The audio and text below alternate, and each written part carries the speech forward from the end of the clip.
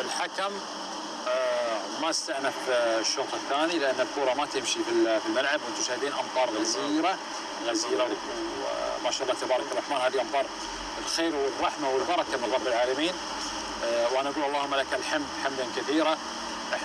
أنا بالنسبة لي يا جماعة الخير أفرح من أشوف هذه الأمطار، لأن أنا يعني مشتاق حق المطر في بلادي حقيقة. يعني أكلمكم أوكي المباراة تتأجل بالنسبة لي ساعة أو ساعتين ثلاث، بس هذه الأمطار الخير يعني ما شاء الله تبارك الرحمن، أمطار الرحمة علينا في قطر صراحة. يعني شيء طيب بالنسبة لي. أنا عارف أن الكرة ما تمشي في الملعب، أنا عارف أن الفريقين يعني الآن بيتأخرون شوي في استئناف اللعب، لكن عندهم غرف مجهزة في استاد خليفة للإحماء والتجهيزات وكل شيء، وننتظر حتى يتم استئناف المباراة. شفنا الكرة ما تمشي في الملعب، إذا معناته أن الأمطار جدا غزيرة غير حتى متوقعة ما شاء الله تبارك الرحمن.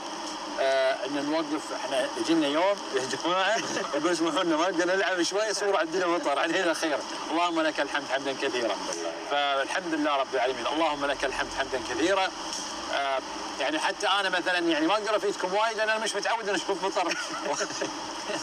هذا النظام طبعا يكون تابع للفيفا، الفيفا عنده الاجراءات القانونيه اللي راح يكون فيها، لكن كعرف احنا نشوف اوقات في بعض البطولات الاوروبيه او امريكا الجنوبيه او كذا ان تتاجل المباراه لمده معينه حتى تهدأ الامطار، يجرى اختبارات اخرى، هل يستأنف اللعب لا ما يستأنف.